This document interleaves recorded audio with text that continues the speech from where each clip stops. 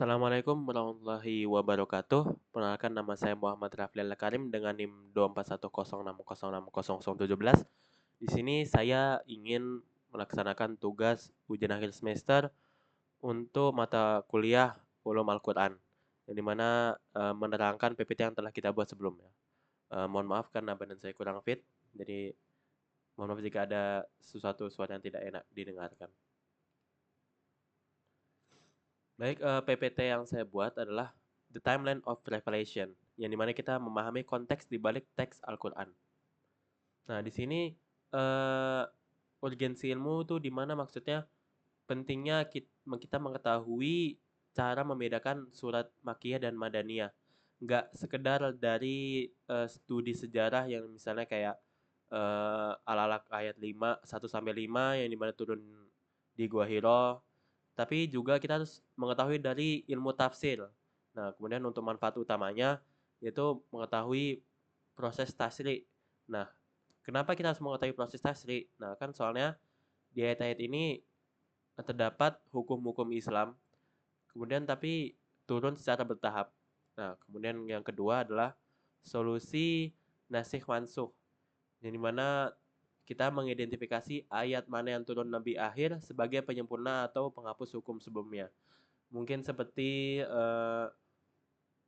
Quran Surat Al-Baqarah ayat 144, di mana hukum lamanya kiblat kita adalah Baitul Maqdis, yang kemudian hukum barunya menghadap kiblat kita yang baru adalah Ka'bah.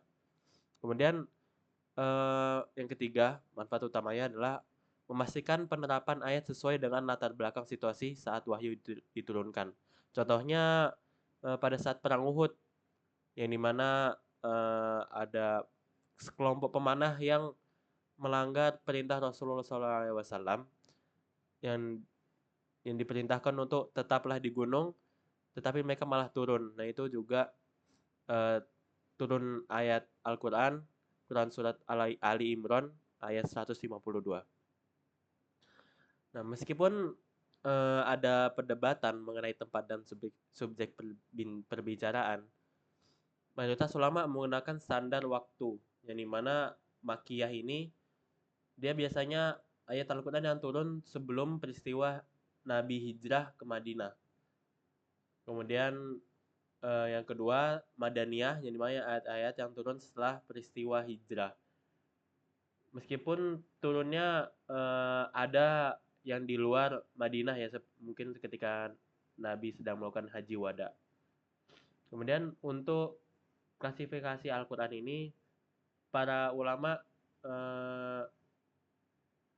menyepakati terdapat 82 surat Makkiyah, kemudian 20 surat Madaniyah. Akan tetapi terdapat masih 12 surat yang masih diperdebatkan, seperti surat Al-Fatihah, surat Al-Ikhlas, dan surat Ar-Rahman. Nah, untuk karakteristik dan ciri khas Makkiyah dan Madaniyah ini, yang pertama surat-surat Makkiyah. Nah, di sini tuh gaya bahasanya dia tuh pendek-pendek. Misalnya seperti Qul huwallahu ahad, dia kan pendek, tapi dia tegas. Kemudian biasanya di surat Makkiyah ini dia tuh fokus membicarakan akidah, tauhid, hari kiamat, seperti itu.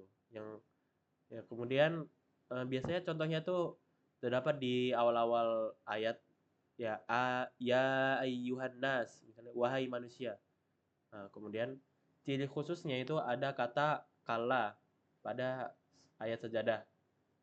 Nah, kemudian untuk surat-surat Madaniyah, nah dia tuh biasanya itu panjang, deskriptif. Nah, tapi dia tuh biasanya membicarakan tentang hukum, misalnya contoh hukum waris, hukum nikah. Nah, kemudian contohnya itu biasanya di awal ayat, di awal ayat atau awal surat. Dia ya ayyuhalladzina amanu. Dia tuh menyuruhkannya kepada orang-orang yang udah menganut agama Islam. Nah, ciri khususnya dia surat-surat Madaniyah ini tuh membahas kaum kaum munafik. Nah, nah, nah di sini terdapat fenomena unik, yaitu klasifikasi ini tuh bersifat dinamis.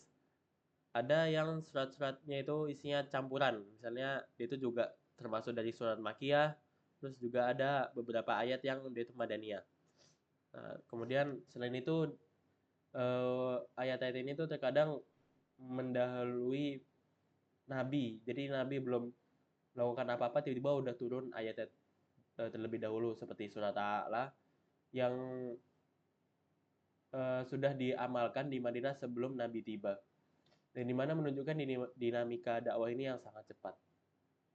Nah, kesimpulannya ini, pembagian ini mencerminkan strategi pendidikan ilahi. Islam tidak hadir secara instan, melainkan membangun kekuatan batin di Mekah selama 13 tahun, kemudian hijrah ke Madinah untuk membangun sistem sosial atau sistem hukum di Madinah selama 10 tahun. Memahami keduanya secara utuh adalah syarat mutlak untuk memahami syariat Islam secara benar dan bijaksana. Mungkin sekian dari saya. Wassalamualaikum warahmatullahi wabarakatuh.